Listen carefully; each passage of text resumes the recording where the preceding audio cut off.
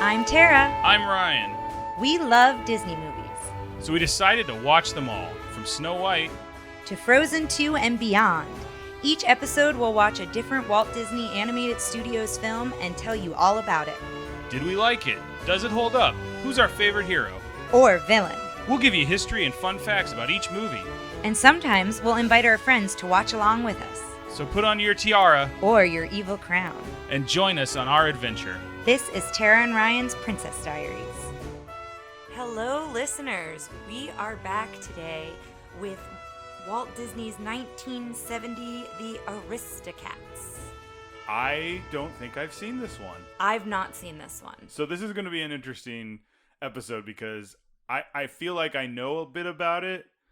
I don't have any really strong feelings for it, and I haven't seen it, and I think you're kind of the same way. I don't know how you have feelings for it if you know much about it. I don't know anything about it. I mean, besides the research I've done, the facts I found, and the everybody wants to be a cat. I know that song, but that's about it. I think I know it mostly from that. I think I know it mostly from there's probably a DTV version. I think there was also a lot of this they would do DTV version of, I can't remember his name. He sings... Brian Setzer. It's the Brian Setzer group, Stray Cats. Yeah. No, it was before that when it was just the trio. So they did I think they did Stray Cat Strut, and they would show videos from this.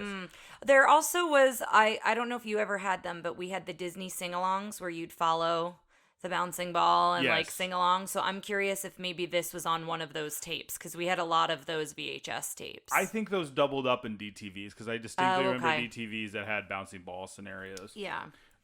This one, you want to read us the synopsis? Sure. So, with the help of a smooth-talking tomcat, a family of Parisian felines set to inherit a fortune from their owner try to make it back home after a jealous butler kidnaps them and leaves them in the country. So this is very loosely based off a true story. Did you hear that? I read that, yeah. So not like the story being a rich woman left her cat's money. Yes, yeah, and it was based on a real family of cats that inherited a fortune back in 1910. And I will also say that it got a 64% on Rotten Tomatoes. That's kind of my perception of this movie. I don't want to down-talk a movie I haven't really seen, and I'm sure we've got fans out there who really enjoy it, and please come I believe forward and let our us know. past guest, Marjorie, was excited that this was the next one. So I'm sure there are other people out there. Yeah, it's just one that fell through the cracks for me. For whatever reason, I just never saw it. There was no, rhyme or reason. It wasn't like, oh, I don't like cats, I'm not going to watch it. It wasn't something like that. I just never saw it along the way. Well, it's got a lot going against it in my book, in that it is mostly cat-based and also based in Paris. We know the French and the Jenkinses have a long history of butting heads. Well, it is the third Walt Disney movie to take place in France. Can you name the other two? We've talked about them. Up to now, it's the third movie. Okay, so Cinderella was France, correct? What was the other one?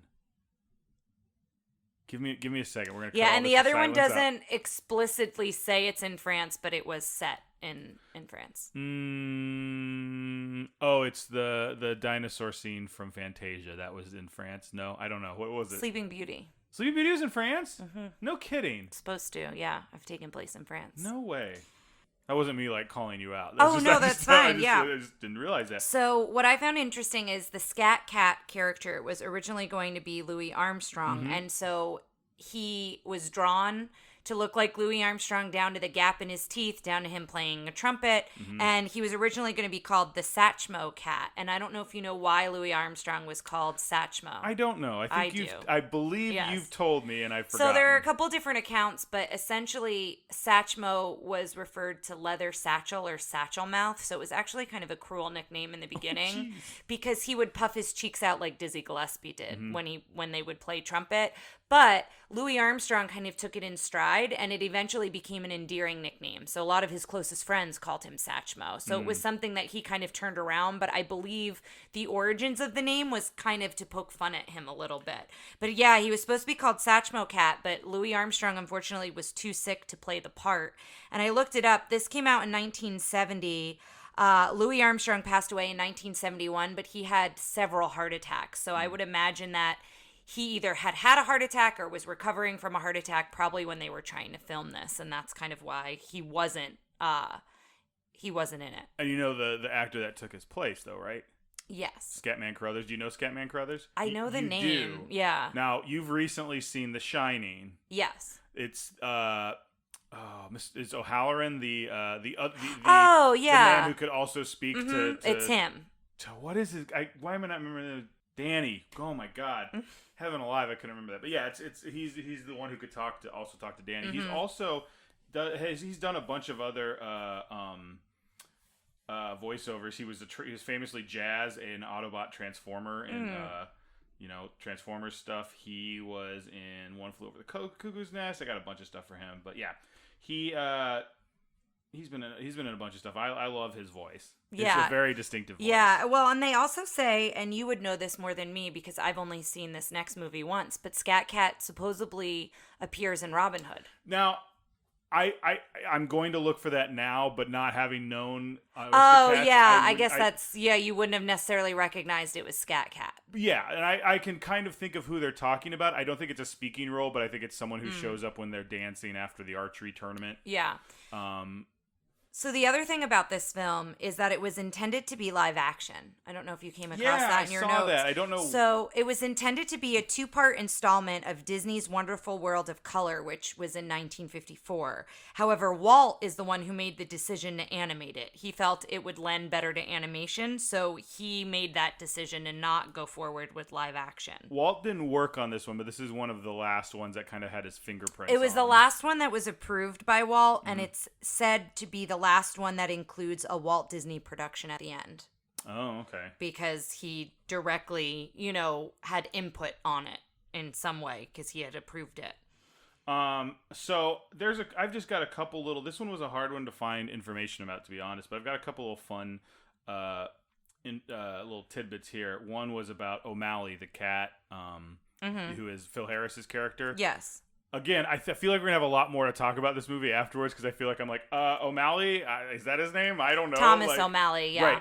Right. He was originally supposed to have stripes. And do you know why? I read this fact, so I'll let you go with it. Yeah, that they go decided ahead. not to because Woolley Reiterman, the director, had worked on Jungle Book, specifically Shere Khan, and he said they were too hard to draw. Yeah, Wolfgang. Oh, yeah, Woolley. Sorry, yeah. So I had read that not only were they difficult to draw, but they were also very time-consuming, and it was also very expensive. Yes. So those were like the 3 different reasons why. But the reason they found it out was because of his work on Shere Khan. And they were like, yeah, let's not do that again. Mm-hmm. Did you know who else was in the running for O'Malley? Or at least was considered at one point?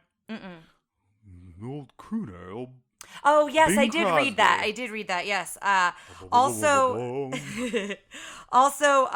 O'Malley's appearance is based on Phil Harris. They said that they drew him very similarly to Phil. Let's see. I have something that I want to propose that he is in our Hall of Fame right now. Phil Harris? No. Oh, okay. But Phil Harris could be. Probably is headed that way. So far in our Hall of Fame is just...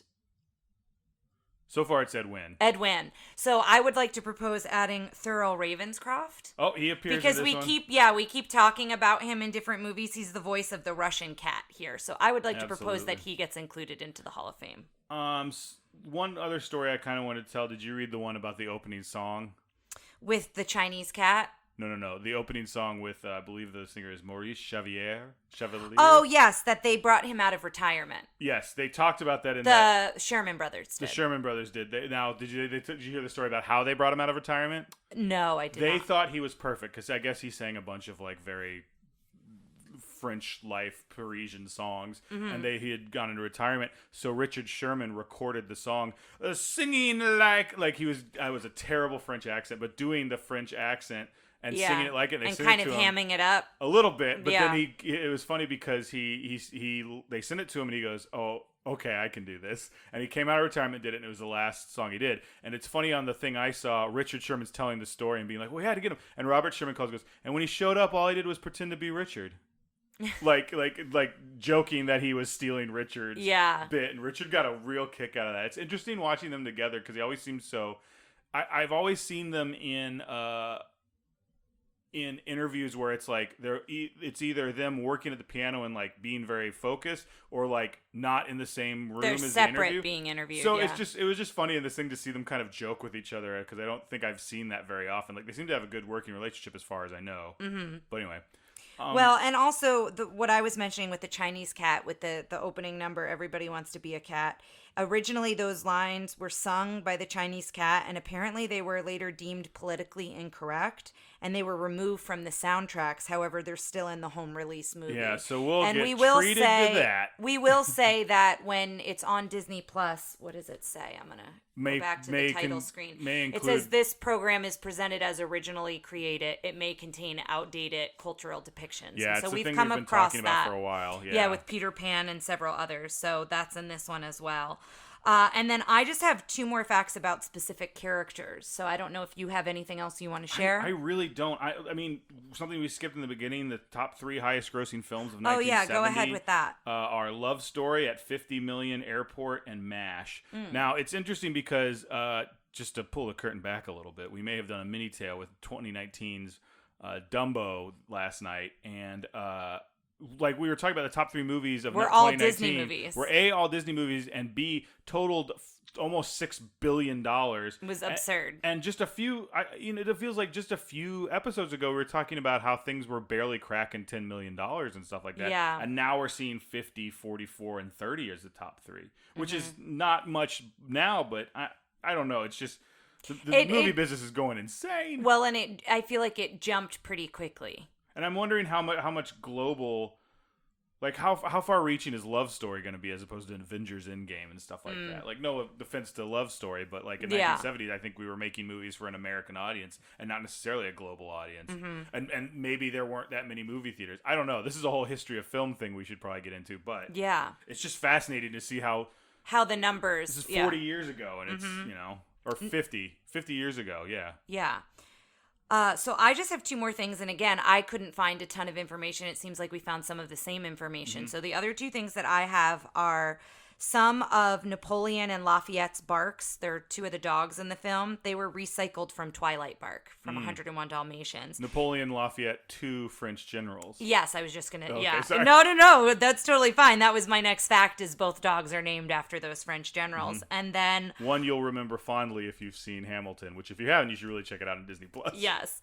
And Napoleon is like having a Napoleon complex, I feel like. Is he a smaller dog? Do you know anything about No, I don't know anything about the dog, so we'll find out. Yeah. But then there are also characters Toulouse and Berlioz. So do those names sound familiar? Toulouse is Toulouse-Lautrec, correct?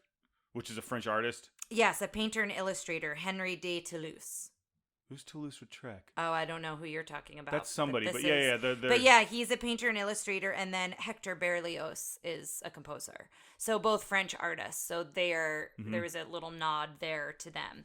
So other than that, that's all I've got. I think. Yeah. Guys, we're gonna do our best. Like I said, this is a movie that neither of us are too familiar with, and I hope this is we're gonna do our best with this. We're gonna give it our go, but we'd love for anybody to hop in and of course on the Facebook page or anywhere else, like tell us anything else. Give us your favorite Aristocats memories and stuff like that. But yeah, and I also think it's pretty impressive that up to this point, this is the first one, minus the package films, that neither one of us have seen. Usually one of us remembers a movie more than the other one, but we've seen them. But this, I think, is the first one where neither one of us, and I don't know how often that's going to happen. Yeah.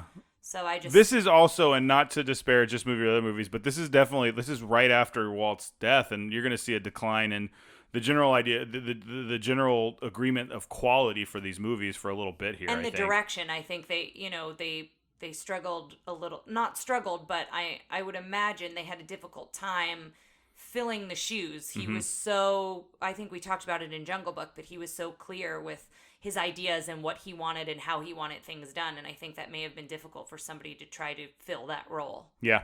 So. All right, guys. It's time. We're going to pop this one out of the clamshell and stick it in the old VCR. All right. We'll see you on the other side, listeners.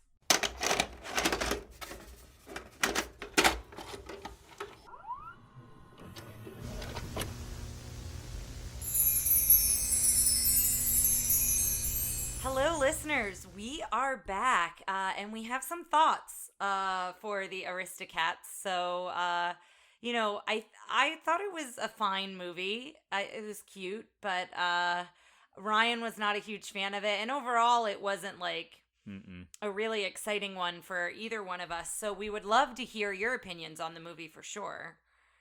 And I guess we'll just kind of dive right in, I or will do you say- want to talk a little bit about Well, it? I want to say one thing about the format of this podcast, because I very much enjoy it and enjoy doing it. But the one thing it has going against it is if I watch a movie I didn't like, I get to relive it again almost in full, like immediately afterwards. And it's been a pleasure the other 20 some odd episodes, but this time it's like, I'm like, okay, all right, let's go. All right, well, we'll dive right in, and I'll do my best here. But the opening credits I actually really liked because it's kind of like the pencil and ink animated drawings, and it's some of the animation directly in the film. You see some of those sequences in the film, but I really liked how they did that. I thought that was really cool. Real quick, all this felt like to me was a combo of Lady and the Tramp and 101 Dalmatians with cats. I would agree with that. There's yeah, a lot it derived from both of those movies. Yeah, and I wrote it had a very Lady and the Tramp feel in some ways. Yeah, and I think the like getting back was kind of the 101 Dalmatians, and this beginning had a very similar thing to 101 Dalmatians. I don't know that we've with seen the animation. I don't know that we've seen an animated intro like this in a while. Yeah, and so the cat, it's Do you remember any of their names? Duchess? Yes, I have them all written Okay. down, but I can't remember which one. The orange one, that's the painter. Toulouse.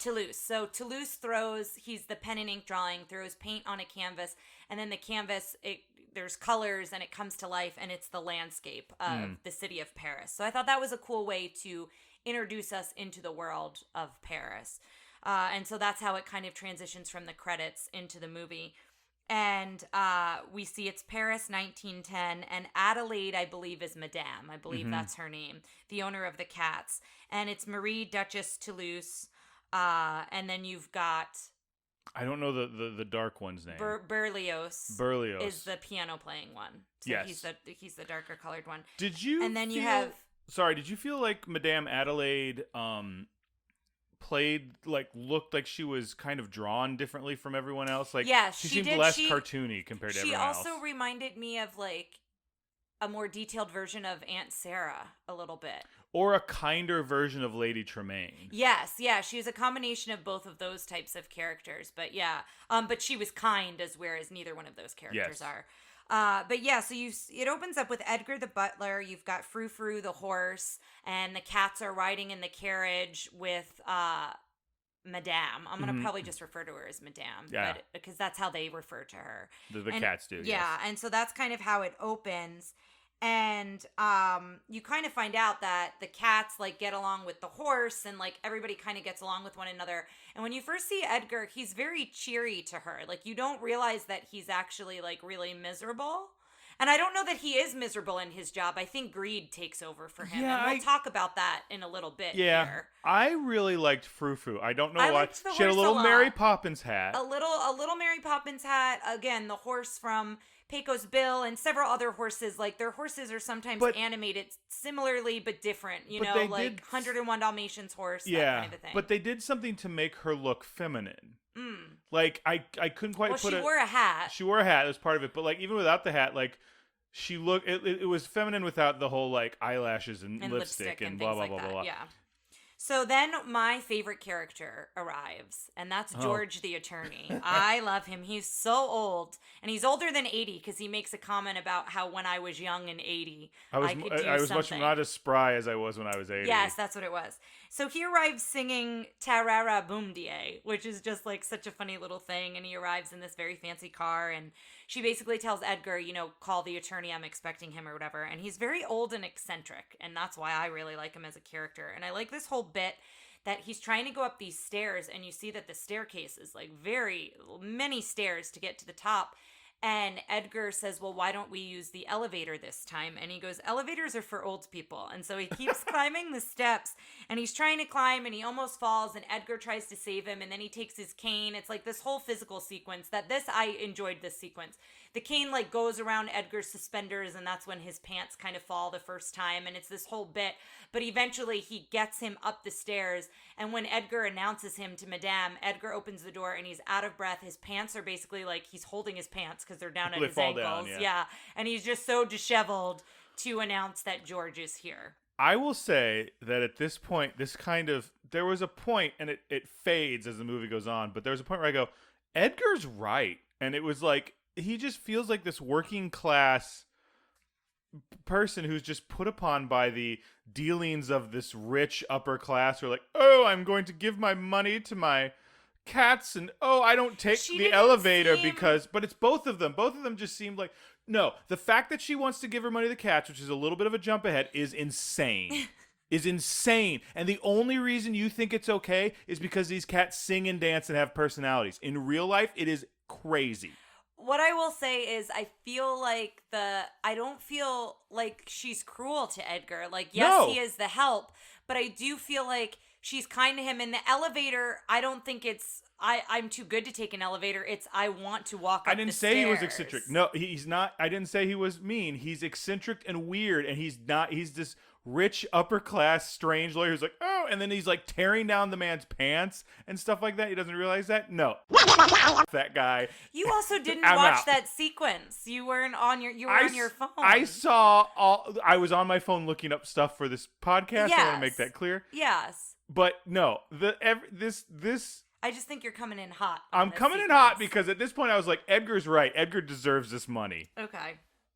But then Edgar does some very stupid things to where I go, I think stealing the cats and getting rid of them was not a bad plan. I think his timing was off, and I think how he did it was dumb. I also think, and again, I think like she seems to care and treat him pretty well. Now, I get it. Again, it's a class system, and there are a lot of negatives there, but like he doesn't look like he's mistreated. It looks like he's cared for. It looks like he had a tiny little room, that kind of. But like none of that seemed bad. It seemed, and that's what I'm saying. I feel like you're arguing that like Edgar was put upon, and I'm like, he was her butler and like her chef. He was like the caretaker of her, but she doesn't have any relatives, so he's essentially a caregiver. If you hire a private duty caregiver, it's the same thing. And what I'm saying, unlike what you say in the privacy of our own home and on this podcast, that I care about the caregivers, that I think they deserve bigger rooms than that. That better be cut out. And often when we're alone, Tara says I think they deserve small rooms and to have their pants pulled down. I'm just saying I think Ryan's coming in really hot and is getting a take on this that it isn't that in your face aggressive. I think you're putting something there that's not there. Hashtag caretakers over cats. All right, continue. Anyway, one of the cats, I think it might be Berlioz, starts playing the record player, and it's Carmen. And so we find out that I guess she was a performer. I don't know if she was an opera singer or what, but we find out that she like performed in Carmen, and her and the attorney are reminiscing about, days past, and they start dancing. And I like the sequence of them dancing. And I like that they're friends. Like, doesn't seem to be any romantic involvement there. It just seems like they've just known each other a very long time. And so she says she wants to make out her will, and he puts on his glasses, and I love how big his eyes get when he wears his glasses. The frame. Yeah, they fill I love the frames. That. That's like a cartoon bit, I think, is really it's funny. kind of like a Mr. Magoo or, kind of a thing. He looks like, as soon as he puts him on, he looks like... what is her name? The one who makes the capes in The Incredibles. Edna Mode. Oh, yes. Yes, it is similar to that. So this is where we find out she has no living relatives, and she wants to leave her inheritance. And so you've got Edgar, who's down in his room fixing, like he's ironing his pants and fixing them. And I forget what it's called, but it's essentially the old-fashioned version of an intercom system in a house. And so he's listening to the whole conversation. And when... I think the attorney brings up, do you want to leave it all to Edgar or something like that? And she goes, yes, I'll leave it to Edgar, but I don't want to leave it to him first. So at first, Edgar's really excited that he's going to get all of her money. And then he finds out that she wants to leave it to the cats first. And then so Edgar can take care of the cats. So I 100% get that it's crazy to leave money to cats. But I think the way she was looking at it is Edgar will stick around because she thinks Edgar's a good person. Edgar will stick around to care for the cats. And then the cats will be cared for, and then he can get the rest of the inheritance. If she thinks Edgar's a good person, why doesn't she just give him the money and trust him to take care of the cats? I guess that's a good point. Because she's an eccentric rich person. I think not necessarily. We must bring down the proletariat, the bourgeois, the people will rise up. This is what I have to deal with on a daily basis, listeners. What I will say, in all seriousness, I don't know if it's that as much as she does address that the cats are more family than Edgar. I will say that. Mm-hmm. The cats, like, she treats them as if they're her siblings, as if they are her actual children, whereas Edgar isn't treated more as a family member. He is treated a little bit as the help. Like, she's not cruel, but she expects him to cook and clean and you know, help her with things and whatever. So that's what I would say there. So when Edgar realizes that, he says those cats have got to go.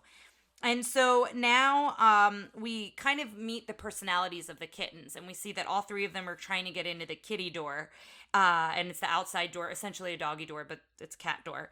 And that's when the mom comes in and says, you know, Aristocats don't fight and climb. We want you to grow up to be lovely ladies and gentlemen. So the same kind of class system.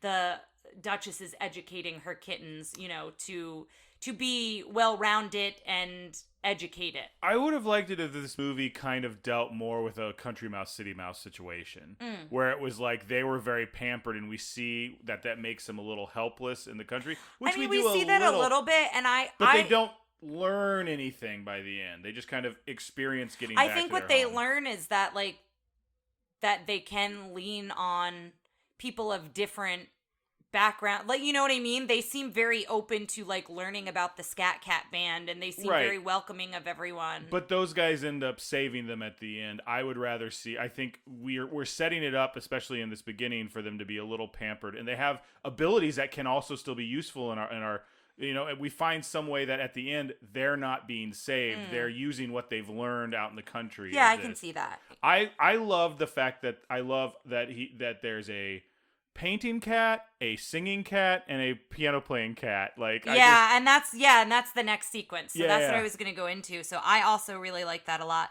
Toulouse is the painter, which makes sense because he's named after the painter and illustrator. And he paints a picture of old Pickle Puss Edgar. Yes, yeah. So he paints a picture of Edgar, and then it cuts to Edgar, who, this is where then it gets a little dark with Edgar, is you zoom in on this bottle of sleeping pills, and he's putting it in their cream, in their milk. He's preparing the meal for the cats, and he's singing, "Rock-a-bye kitties, bye-bye you go." And then he, like, keeps humming, and then he goes, "and I'm in the dough," like something a little later. So, but then he puts, like, vanilla, and like cinnamon, like, he makes really? It really good. And I love the bit where he goes to taste it and then remembers that there's sleeping pills in it, and he's like, oh, almost did that. And then it goes back to the cats, to the kittens, and Marie and Berlioz go to the piano. Marie is the singing cat.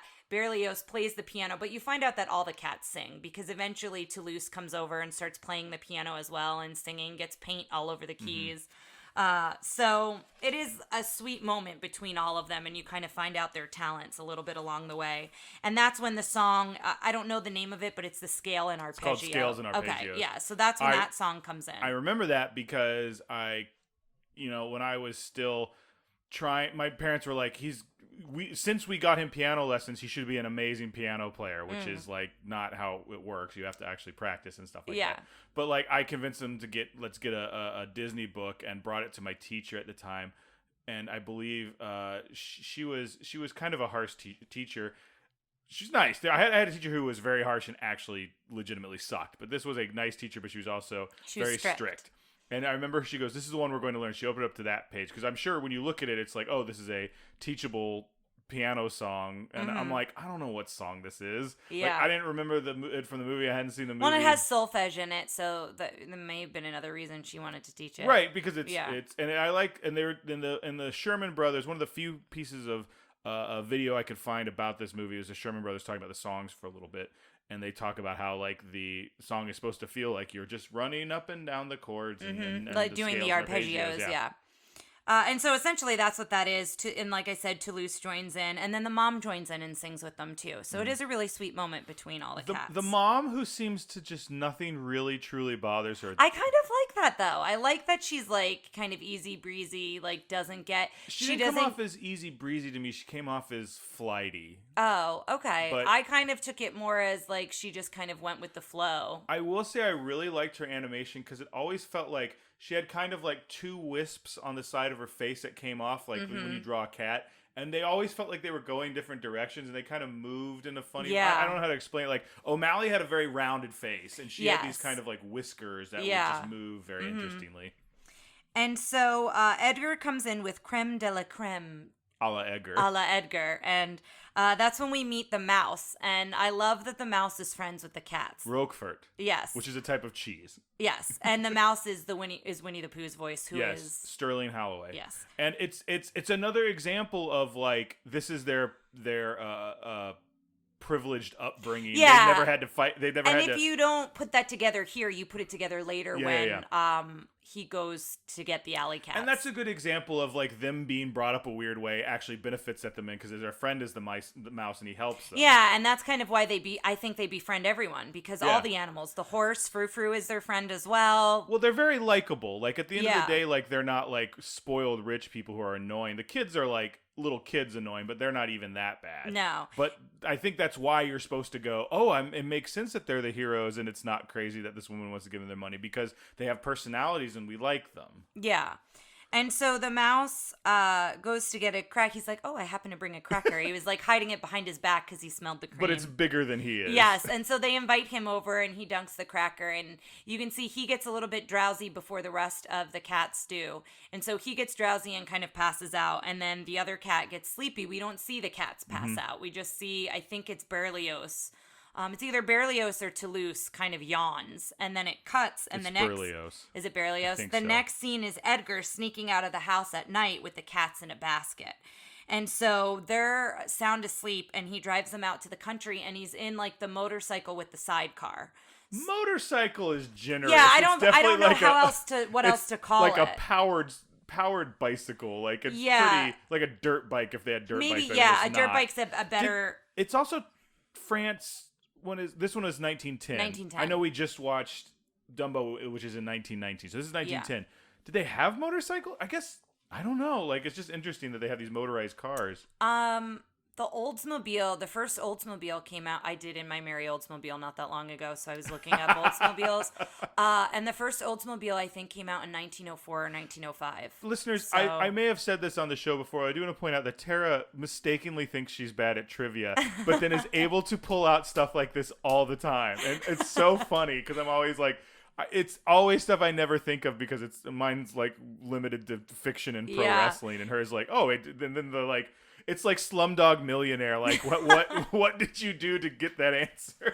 Yeah, well, no, and the reason I remember it is because when we were talking about Oldsmobiles, the first one was uncovered. It was an open air car, and then I want to say in the 60s, Oldsmobile comes out with a convertible, so it's kind of fun that they went full circle. But anyway, the first one I think was 1904, 1905. So I guess it's feasible that this kind of motorized, not a motorcycle, but a like dirt bike Vespa type thing.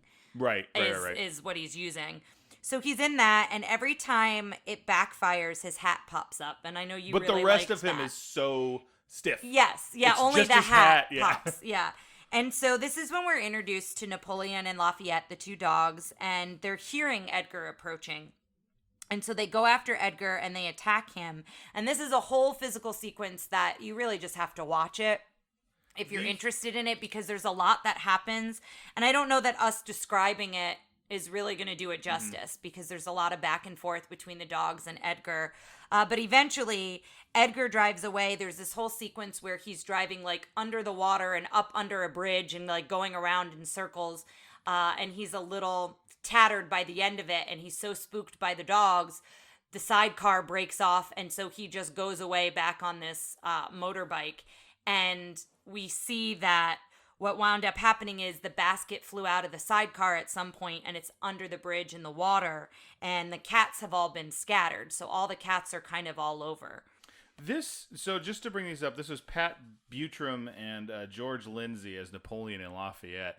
And we'll hear them again in Robin Hood as the Sheriff of Nottingham and Trigger. But they're also kind of from the Andy Griffith. I think they're from the Andy Griffith universe. George Lindsay played Goober Pyle, which was Gomer Pyle's cousin, and Napoleon played Mr. Haney, I believe, in Green Acres, with the other Gabor. Oh, okay.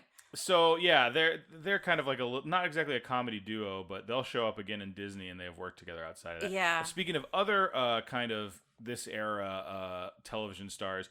Frou Frou is played by Nancy Culp in possibly her final role, if not one of her final roles. Nancy Culp was, oh my gosh, let me look at her characters in the Beverly Hillbillies. Miss Hathaway.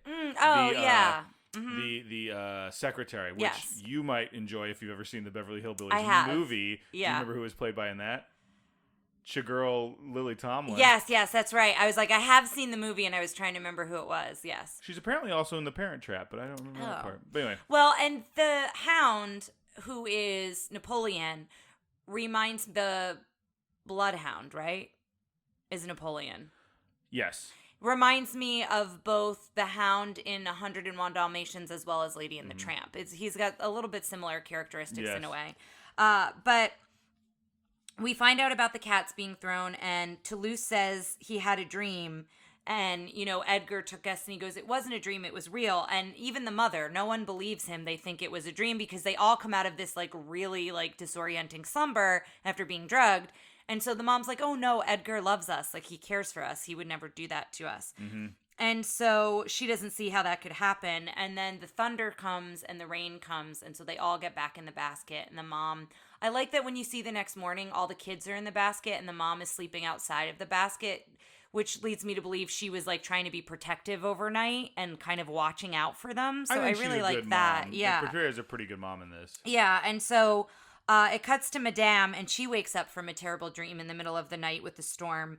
And, she's like, oh, gosh, I can't believe it. I thought the cats were gone. I'm so glad they're here. And she starts calling out for the cats, and that's when she realizes that they are gone. Let's talk a little bit about Edgar's plan, because we talked about the will was the cats were going to get the estate. And after she passed away. After she passed, and then he would get it from the cats.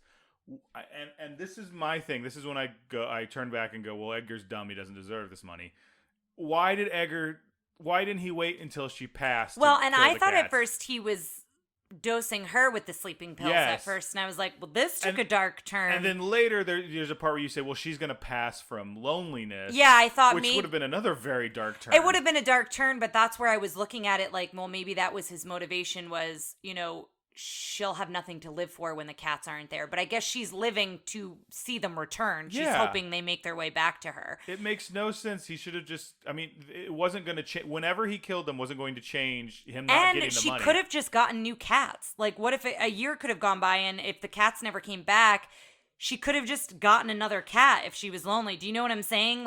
Or I feel like the movie should have been them, he has to wait for a certain time for some reason. I don't know why, but he's going to kill her. We make him a more sinister bad guy. Yeah. And he's going to kill her 2 days from now because, I don't know, he ran out of arsenic and it's going to come back. Yeah. Or whatever. And then they have to get there. There's a time crunch on them to get back. And then they makes stop it more him. urgent. Yeah. I don't know. It's just kind of he was very bumbling. I didn't. He reminded me of Jasper a lot, the way he was animated. Kind of he was a little guttier than Jasper. Yeah, he wasn't as skinny as Jasper, but kind of in his face, some of his facial expressions.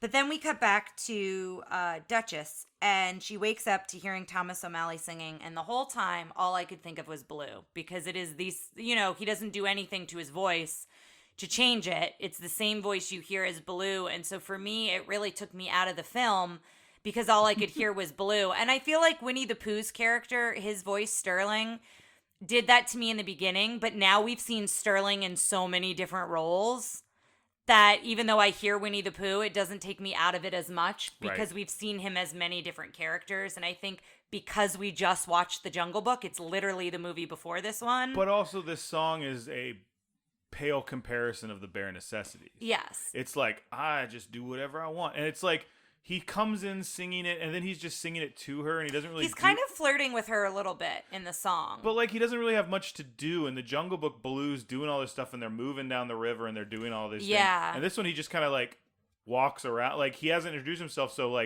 he just kind of circles her. Yeah. I don't know. And so he sings this song, and, it sounds like you weren't... I wasn't, this song was fine. It would...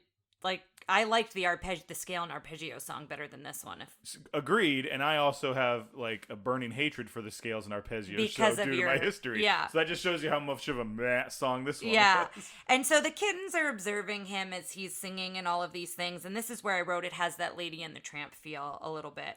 And so he thinks he's just kind of like whining and dining, like he's schmoozing her, and he doesn't realize she has kittens. And so I'm glad that he didn't go, "Ugh, kids." Yes, bleh. yeah. He just kind of was surprised, like, "Oh, okay, I have to shift my thinking and my perspective." Yeah, I'm glad that that's how they wrote him instead, because they could have, especially for the time period, they could have written him to be really put upon that she had kittens. Well, I wonder if like this was starting to become, I don't want to say divorce was in vogue or like any of that, but this situation was happening. It happened with my grandparents way before this, but I think they were kind of cutting edge. They're in the minority, I feel like, when they were divorced. Yeah, but I also think that they make him, not necessarily a hero immediately, but he's definitely a good guy from the go after this. Yeah. And so, he was trying to schmooze her into, we'll ride on a magic carpet and, doing all these kind of like imaginative descriptions. And so then the kids are asking about a magic carpet, and he's like, "Oh, I'll show you one." And so he must know that the milkman comes by at the same time every day or whatever, because he sees this car come by, this truck, and I like any time that O'Malley scares humans, because he becomes this big fur ball, and like I like the animation a lot. And so he scares the driver to make the driver stop. The driver being our first actual French person. Sacrebleu. Yeah. Okay, and I want to talk about that for a sec, because just in that cat family, we have the mother who's Hungarian, yes, the two American boys, and the British daughter. Why does that bothered me so much that she had a British accent and none of the other ones did? Yeah. Why? I cannot explain. So he scares the driver. He gets all the cats into the back of the truck, and he's not going to go with them. He's like, this will get you back to Paris. Like, I'm so glad I could help. Duchess thanks him. It's really kind. And then Marie falls off. And Marie is kind of enchanted with Tom O'Malley, and I think that's part of why she falls off, because she's staring at him and they hit a bump or something. And then O'Malley saves her, and then he is hanging on kind of the flatbed part of the truck, the opening, and then they pull him up. So now they're all there. And now it cuts back to at the house, and you've got the mouse and the horse, and they're so sad that they can't find the cats, and the mouse is talking to him about it. And meanwhile, Edgar is so cheerful. He's singing, and he's sing-songy, and he's so happy. And then he says to Frou Frou, he goes, "Can you keep a secret?" He comes in and James Bond villains his whole plan to the horse. Yeah, because he's like, "Can you keep a secret?" "Well, of course you can." And he laughs at himself, and he goes, "I've made the headlines." And he shows the horse the newspaper where it says mystery catnapper or cat burglar, something like that. And it says, it must have been someone with a lot of expertise, and they left no clues. And so Edgar's like really impressed with himself that he did so well.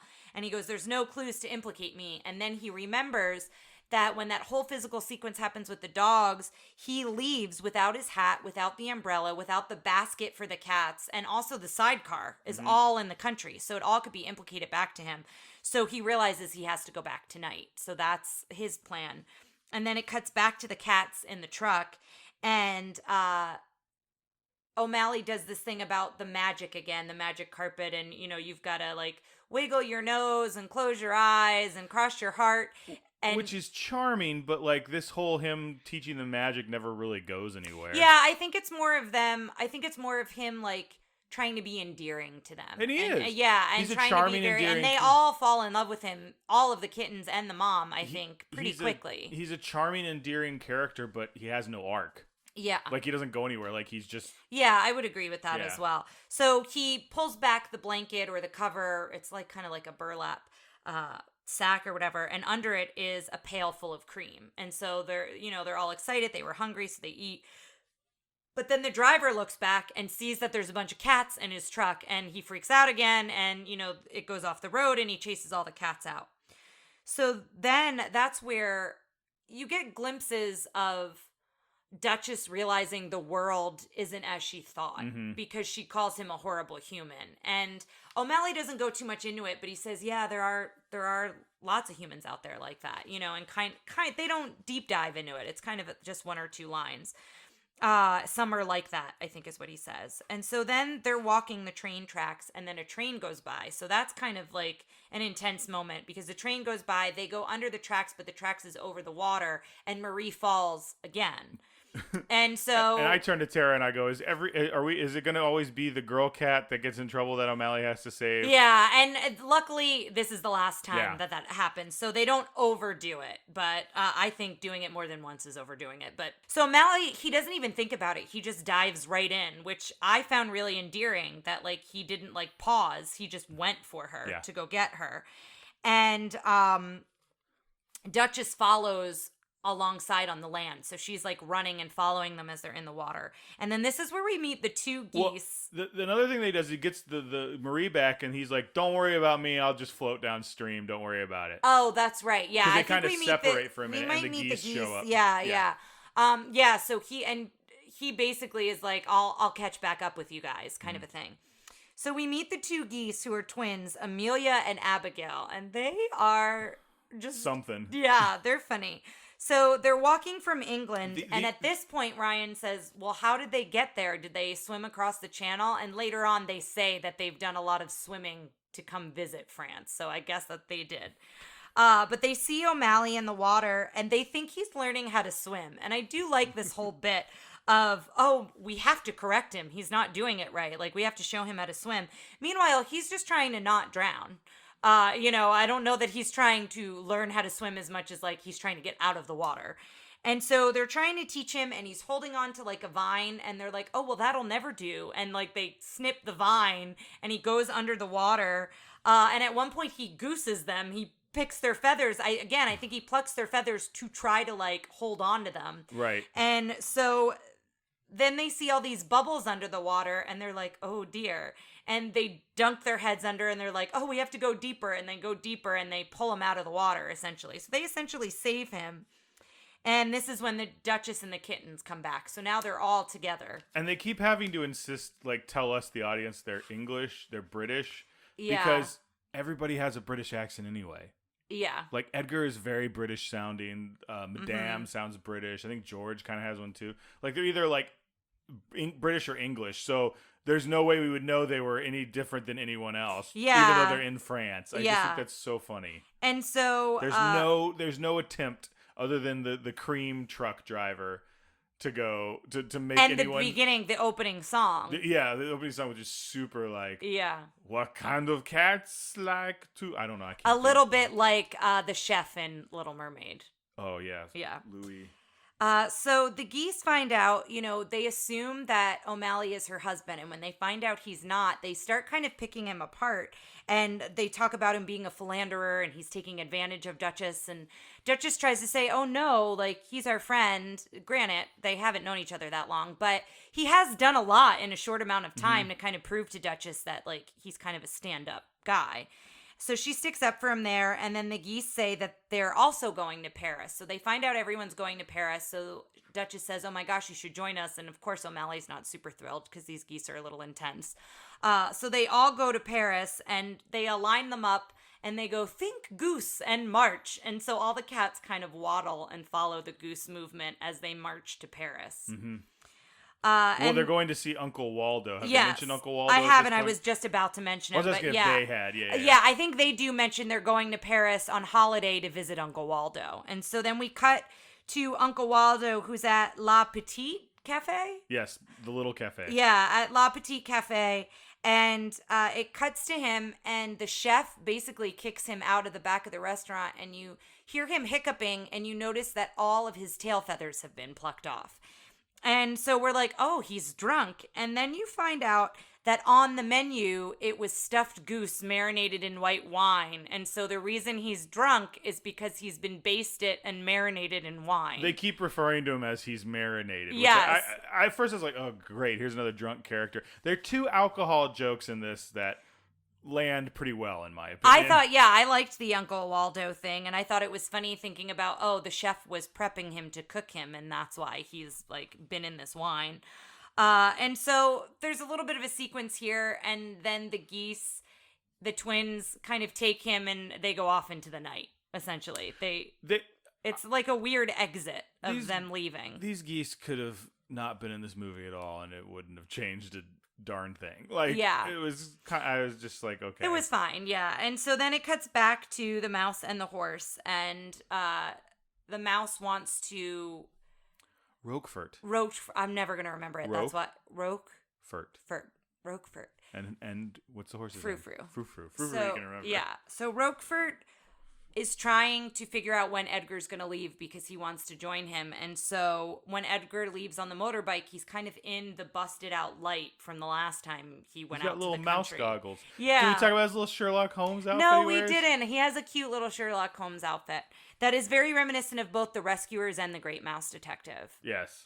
And so Roquefort winds up falling off. So he doesn't get very far and falls off the motorbike. And it cuts to Edgar back in the country, and he's sneaking around trying not to wake the dogs, but he's got like squeaky shoes. So you can hear him everywhere he goes. And then you see that Lafayette and Napoleon have his hat, his umbrella, the basket, and the sidecar, and they're now like their new beds, and like they're very comfortable. And so Napoleon hears the squeaky shoes. And so he's trying to figure out where they're from. He can identify as like, there's a hole in the right one. Like, He's very specific with the sounds and being able to identify it. And then Edgar takes them off. So now it's quiet, and he brings his fishing pole with him. And then you see he's in the haystack above them, and he's trying to fish to get his hat. He's trying to get the hat back with the fishing pole and the other stuff. This is another very physical. Yeah, another very physical back and forth. And so, like, at one point, he starts scratching Napoleon's back. Napoleon thinks it's Lafayette, so, like, there's that whole bit. And Edgar finally gets his hat, he gets the basket, and he gets the umbrella. And then the dogs wake up and are wondering what's going on. And the shoes are still just there. And Lafayette winds up walking into them. His back legs walk into him, and they start squeaking again. And so then there's a whole nother bit of, where are the squeaky shoes? But what eventually winds up happening is Edgar leaves. He winds up leaving, and who is it? It's Napoleon says, "You'll never believe this, but it's a one-wheeled haystack." That he hears, rolling away. This is, again, I think, like... It was a fine sequence. No, I just think you need to see it to kind of... I can't imagine someone listening to this and being like, what are they talking about? Yeah, I tried to just pull out a couple pieces of it, but I thought it was a funny sequence. But it is a lot to describe. So it cuts back to Paris, and the cats are walking on the rooftops, and the kittens are so tired, but Duchess is really wanting to get back to Madame. She's so worried about Madame. She's like, she's going to be missing us. And O'Malley says, well, I have a place for us to stay, and then we can continue the journey tomorrow. My pad, yeah. And she seems obsessed with calling it a pad, yeah. And, when he sees where it is, he points it out to them, and you're hearing some music, and he's like, oh, Scat Cat and his gang has dropped by. They're real swingers. And she says schwingers. The way she pronounced swingers every time she says it. And probably a joke making fun of her Hungarian. Maybe. And so, all the cats are in the band, and then the song Everybody Wants to Be a Cat comes into play. And the Chinese cat is very problematic. So. Oh, no, flat out racist. It's not problematic. He literally just yells things. First of all, it's a Siamese cat. First he says, let's rock the joint, but in a very stereotyped accent. So let me cover this. He's a Siamese cat, which is Thai, who does the stereotypical Japanese thing of switching your L's and your R's. Yes. Which is not... Okay, so now we got Siamese, Japanese... He's called the Chinese cat. He's called the Chinese cat because he yells out... Wonton, Hong Kong, egg foo young. And has chopsticks playing on the piano. On the piano. So that's Chinese. So they didn't even get... So it's just... Asian, and that's beyond problematic of just they're all the same. They screw it up so bad, and it's very short, and it has nothing to do with anything, and it could have just not been there, but it is. Apparently it is cut from the music soundtracks, but it is still in the original. And so again, we've talked about not wanting to. there's something to be said about getting rid of it altogether because you need to acknowledge Yes. that it happened. But what I will say is it shows that Disney does not have a good track record when it comes to having a Siamese cat as a character. Because, To Asian Americans. Yeah. This made the Siamese cat song seem slightly less bad. Like The Siamese cat song is much longer of them being inappropriate and offensive. But yes, the moments that were offensive here, I think, were stronger. yes, that makes sense. It was stronger. It was completely blatant and had nothing to do with anything, and they just threw it in to get a laugh. Yeah. Oh, and the same thing with the symbol, when the symbol's on his head. Symbols on his head like a rice paddy hat. It's bad. Yeah. So, but then it goes into a dance sequence. So once those bits are out, we're past those. There's the dance sequence, and Duchess starts playing the harp. And I do like that she knows how to play the harp. I mean, it fits her character. It fits that there would be a harp in that house. And so all the alley cats come to listen. And so the song slows down a little bit here as she's singing and playing. And, you've got some of the alley cats coming and listening. And then it goes back to Everybody Wants to Be a Cat. And then there's the sequence where the piano, they're playing it and dancing so hard that the piano falls down each floor. They're stomping on top of the piano. Yeah. And I have a very vivid memory of that visual of they zoom outside the house and you see like the flashing lights and the cats just go bam, bam, and they're like going down and different story colors. by story. I will say too, like they're all different colors. Like the colors are very bright and changing during this whole sequence. The other thing we observed too is they were saying that they drew Scat Cat to look like Louis Armstrong, and at one point Ryan asked me, what makes him look like Louis Armstrong besides the fact that he has a trumpet. And he's a dark cat. And he's a dark colored cat. And so the other thing that I read is his teeth, they're just really far apart. I don't know. I'd call them a gap. They look like fangs for a cat. Yeah, but Louis Armstrong did have a gap in his teeth, but it didn't resemble it in a way. And his face was round. Louis Armstrong kind of had a rounded face. But other than that, and his fur color, that was, So that was another thing that I think could be problematic there, like when you're looking at it from that way. I think as a parent, the most problematic thing is the racist Asians chants. Because it's very catchy and it's easy to mimic, and so your rhymey, child could then just go around mimicking that chant and not know why it's harmful. Or think it's okay because it's funny. Yes. So that's I would agree with that. Which is unfortunate because, spoiler alert, this is the best song. This is the it's best a great musical song. number. Yeah. So. And probably one of the most famous. I mean, I knew the song even though I'd never seen the movie. I knew the song. So then Duchess tucks the kittens into sleep in this house. It's an abandoned house. And her and O'Malley are kind of overlooking the cityscape. And, Marie's watching. And this is where you can kind of see they're really falling for one another.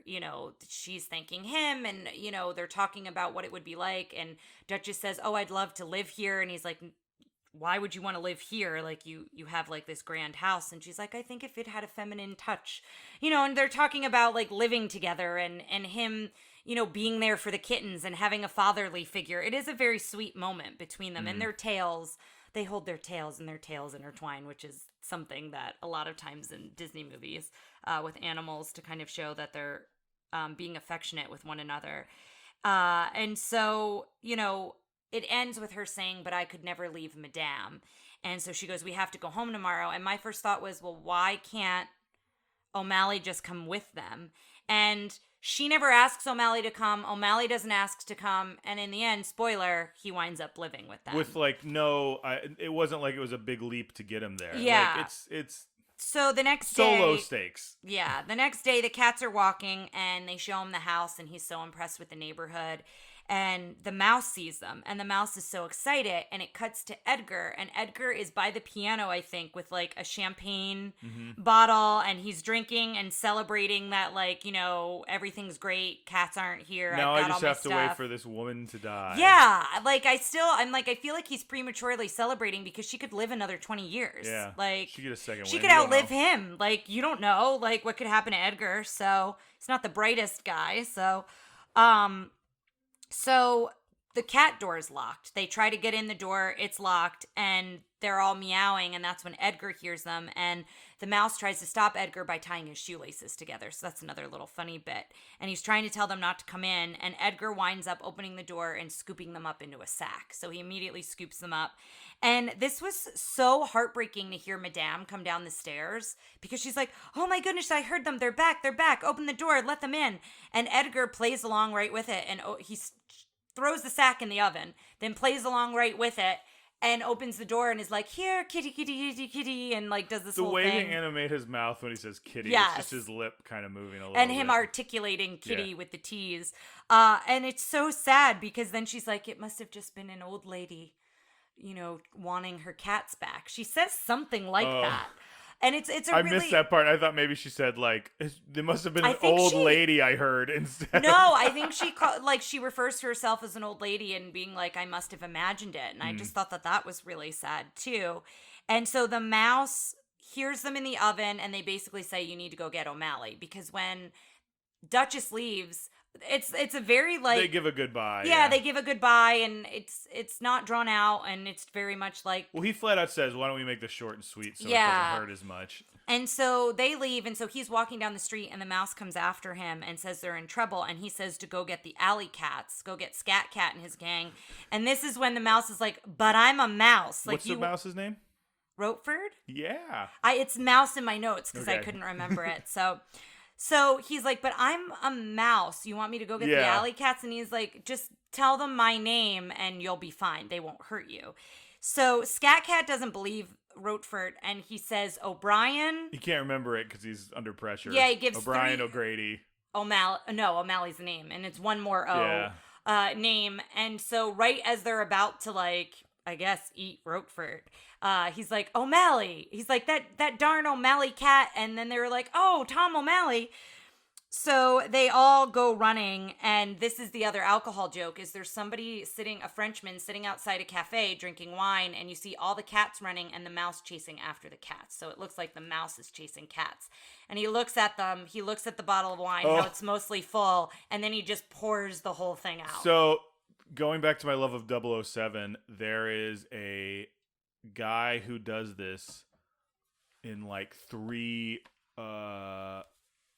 Roger Moore James Bonds. They do that joke in 3 of them. It's the same actor doing the same joke, doing the same, like, drinking something and looking at, like, and it's like, it's like, remember you saw this scene where it's his gondola in Venice turns into like a hovercraft and starts driving around. Yes. And then he does it in another time in like Octopussy or something like that. But he does it a few times. But it's just it's a stupid joke because no one has ever thought, like, I see crazy things when I'm drunk. Like, or I thought he was looking at it as the wine must be tainted, because I think he was looking to see how much he drank. And when he realized the bottle was full, he was like, something's up, and then just poured it out. That was how I read into it. But I guess it could be either way. But it's a stupid joke, but it always makes me laugh. Yeah.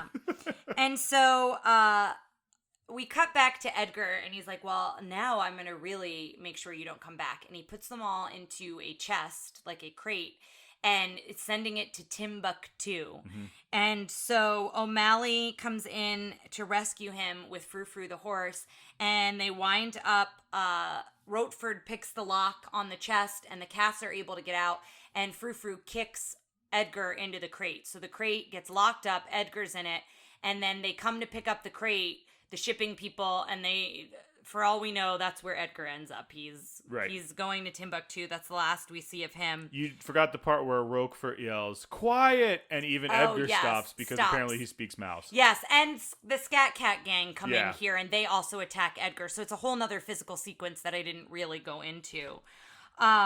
And so then it cuts to Madame taking a picture, and now you've got O'Malley there with the rest of the cats. And she, like, combs his hair down the middle. Yeah, she parts his hair down the middle, and she says something about how if it's too bad Edgar didn't know about my will or he wouldn't have left. Yes, they think he's just disappeared. She thinks he just, like, left, and she's like, if he had known that eventually he would have gotten the money, he would have stayed around. And then the lawyer is back, and because the lawyer's there while she's taking the picture, and she's like, well, we have to get back to the will. And she talks about how she has a new foundation, and it's for all the alley cats of Paris. Well, he hears the music, yeah. Yes, and it's for all the alley cats of Paris. And then I said, her house must stink because she's got all these alley cats, the horses, she's got all these animals. And the horse is like coming into the house to and also and sing. And Edgar's gone, so who's cleaning? Who's exactly. cooking? Yeah, so. We'll just see how her stuff works when she doesn't have Edgar, the caretaker, there to take care of her in the house. Mm-hmm. And that's how it ends. So that's pretty much the end. So I guess we'll go into the questions. It was a fine movie, but it's not one that I would be clamoring to see again. And it's definitely not at the top of my list. And I'm looking at Ryan's face. And from his hot take at the beginning, he's not a huge fan of it either. I have no interest in this propaganda for rich eccentricities. How was the princess? I think the princess in this, we're going to say it's Duchess and her daughter and her kids. I thought Duchess was she was one of my favorite characters. I thought she was a really kind and loving mother, and she's protective of them. I came around on her a little bit during our course of discussing it. She's privileged, yeah, but her owner's But privileged. they don't go into that very much. Like, she is from an outside perspective, but we as an audience only watching this movie are never at the idea that privilege has anything wrong with it. Not that has to be the point of the story, but and this story and these characters were just... She was a kind, privileged person, which is fine. There are kind, privileged people out there, so... But that's not my point. My point is, like, she started here, and she maybe changed, like, the meter on her she didn't have much of an arc either. Her arc was she fell in love with O'Malley. And there she didn't seem to be any... And she was protective of her children when they were out in the wild. But that wasn't an arc. She always seemed protective of her children. Yeah. Like, it was just... They just were. Okay. Like, and the same thing with the kids. Like, they didn't get, like, more street smart. They didn't do anything. They just had, like... They had personalities, and they had to get back. And indeed, they did that thing. The thing with the kids is I don't mind that the kids didn't have an arc as much. Like, I think if you were going to do an arc, it should have been with Duchess or O'Malley or both. Right? Yeah. I don't necessarily think that the kids also had to have an arc. I think you could have, and I think it would have been more interested if they did. Yeah. Because then the next question is, how was the prince? Prince being O'Malley. And O'Malley was just... fine. Like, I did not like him, but I didn't love him. He was fine. I liked that... Like I said, we talked about how I liked they could have easily written him to be put off by the fact when he found out she had kittens. So I like that quality about him. But again, like, the only implication of why he couldn't, there was any sort of barrier to him just living with them was the implication that he was an alley cat, which they don't even really dive into that much. So it's just, casual classism. How was the villain? Oh, wait. Oh, sorry. We'll skip that one.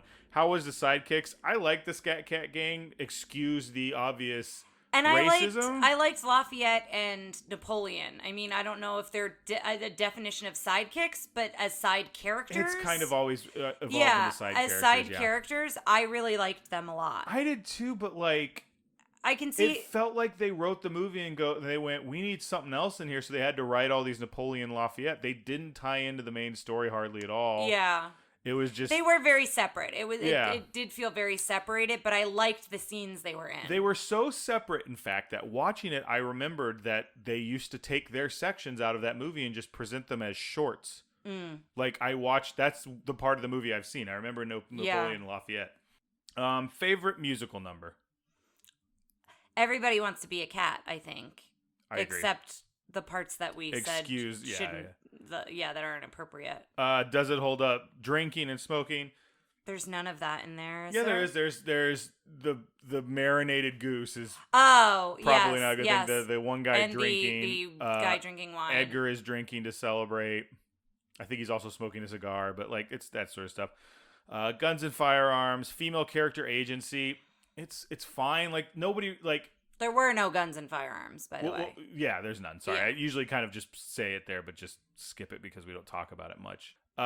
Which, if he'd had a gun or a firearm, maybe this would be a shorter movie. He would have gotten the job done. Oh my goodness! Instead, he's like, I have to take them out of town. Took it to a real dark place. It's a cat, and it's Paris. Paris is huge. There's parts of Paris you could just dump them and they never make it back. Come on. Female character agency.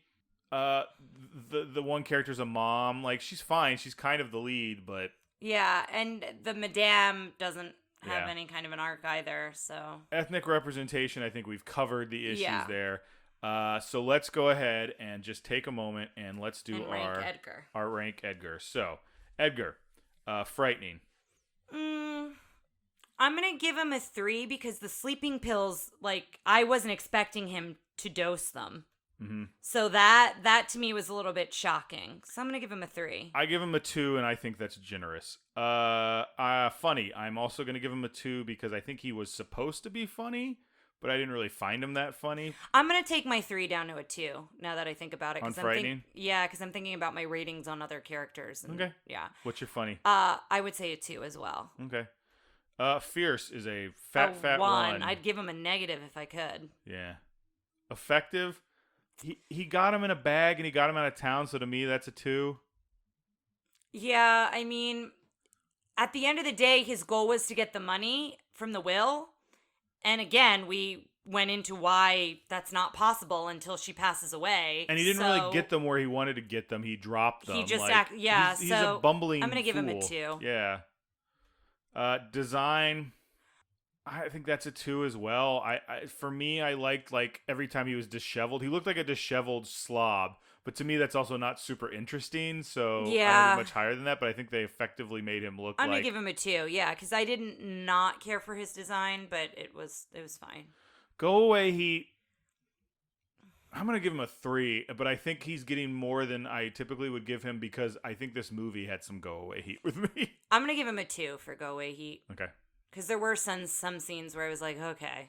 Yes Factor is a 1. A 1. Yeah, that's another one where I'd probably give him a negative if I could. Okay, and with that, ladies and gentlemen, we have our second worst villain. Really? Coming in right above Aconcagua, but below the wolf. Oh, from Peter and the Wolf. My goodness. At a 12.5, Edgar from the Aristocats. Wow. I didn't expect him to be that low. Here's the thing. I liked him better than Mr. Winky, but I think Mr. Winky gets higher than him. In frightening. No, because of Go Away Heat. Because Mr. Winky had a 5. And I think the Wolf is I think this is actually pretty accurate. I thought Edgar stunk. I'm surprised because I feel like I thought he would rank a little bit higher in the ranking. I knew he'd be at the bottom, but I'm not, like, it doesn't bother me that that's where he falls in. I think I was just surprised. Yep. So let's ask that final question. What do you think? Does this end up on our shelf? I can tell you where I could. It goes in my drawer. Really? I put it in the vault. I don't ever have to see this again. And the vault doesn't necessarily have to be like it's not like the this is the unmentionable movies we shall never speak of again. But okay, because that's how I look at the vault. Yeah, then mine would go in the vault. Yeah, if I never watch this movie again, that's fine. Yeah. And I also think it's got some problematic issues. I do understand, though, how it could be nostalgic if you watched it as a child. Let me put it this way. I thought some of the animations in this were absolutely fantastic. I thought some of the more visual sequences, although kind of silly and out there, like when the ones that we went, hey, you have to watch these, were great. And I think what that shows is the impact that Walt Disney had on an animation-driven studio. The animation continued to be really, really good. And it continues to grow and evolve over the years. But the story was, like, there's no story arc to any of the characters, because I think those are things that, like, Walt looked at and goes, hey, we need this, and we need this. And people would eventually do them, but he was good at identifying what needed to be there. And this was in the transitional time. He had passed only... 2 or 3 years before this came out? Maybe 4 years I think 3 years. Yes. He passed in 1967. I think this one had some of the worst pencil, like, graphite rubbing situation that we said we've seen since 101 Dalmatians and in the Xerox era. This one was the most egregious to me in a lot of parts. Was this also a Xerox? Yes. Okay. Xerox lasts for quite some time into the 80s. Oh, okay. So in fact, they probably still do it now, but there's probably a better method of it. And a different process of doing it. But it was just, there were so many just what they've called hairy lines, like the outlines were just, you see stray pencil marks, and like some of it was just, I don't want to say it was ugly, but it wasn't as pleasing. It was the least pleasing movie I think I've seen in the Disney group so far. And the animation and what they did, like we talked a lot with Marjorie about the weight of the characters and things like that, and the way they moved looked good. But like, I think they're also cutting corners because that's what animators want to see. Mm-hmm. Like, that's what they got so excited during 101 Dalmatians, because like, oh man, it's our drawings. It's not like we draw them and then someone redoes them and does this and this and this. I think it takes them a while to regain that magic that they lost when they lost Walt. And we're going to kind of follow that trajectory along the way. But I am curious, listeners, if any of you out there, if we've offended you, if, this is one of your favorite movies, or if you're nostalgic for this movie for any number of reasons, we would love to hear it. If this offended you, I stress that you maybe not put your personal identity into entertainment. Maybe offend is the wrong word, but you know what I mean? If somebody... I don't think if someone loved this movie, I'm not judgmental of them. Yes, and that's, I guess, what I want to say. Because if somebody was judgmental of Mary Poppins or Sleeping Beauty, I would be ready to say this is why that I don't believe that. And part of why I'll say that is because I think when looking through a critical, objective lens, our next movie, which is my favorite Disney movie, Robin Hood, may not be as good as I once thought it was. And I'm going to not look at it that way because this is my podcast and I'm just going to enjoy it. It's my favorite movie. But I think there's an argument to be made that it's in the same Xerox era. There's a lot of repeated animation. There's stuff, it's kind of piecemeal story. There's a lot of things going into that. But that will be the first and last bad thing you hear me talk about Robin Hood, because that is our next movie. Thanks for being with us. We really appreciate it. And we'll see you next time for the best Disney movie ever. All right, you heard it here, listeners. Take care. Thanks for listening to Tara and Ryan's Princess Diaries. If you want to tell us your favorite Disney villain and why it's guest on, send us an email at trprincessdiaries@gmail.com. Or you can send a tweet about how great Maleficent is to @TRPDiaries. Check out our Facebook group by searching for Tara and Ryan's Princess Diaries. Tara and Ryan's Princess Diaries are available on iTunes, Stitcher, Spotify, Overcast, and many more. Wherever you hear us, please be our knight in shining armor and give us a 5-star review. Thanks again, and until next time, remember to always live happily ever after.